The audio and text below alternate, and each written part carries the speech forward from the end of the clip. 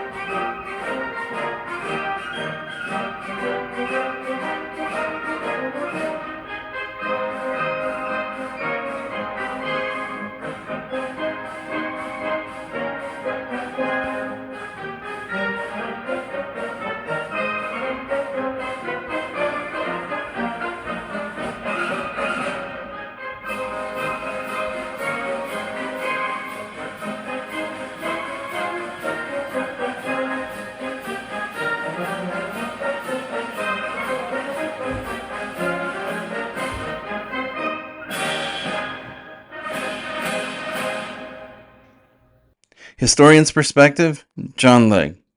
Quote, Brussels' 1935 promotion of national self-esteem, of course, was part of this event. However, only 5 years earlier, Antwerp and Legge had benefited from the fact that they were allowed to celebrate the centennial of the Belgian nation. Brussels celebrated 50 years of Belgian colonialism, 50th birthday of the founding of the Indépendance du Congo, which was the result of King Leopold II's diplomatic skills, and thus the colonial section always paid tribute to the dynasty, and the centennial of Belgian railways.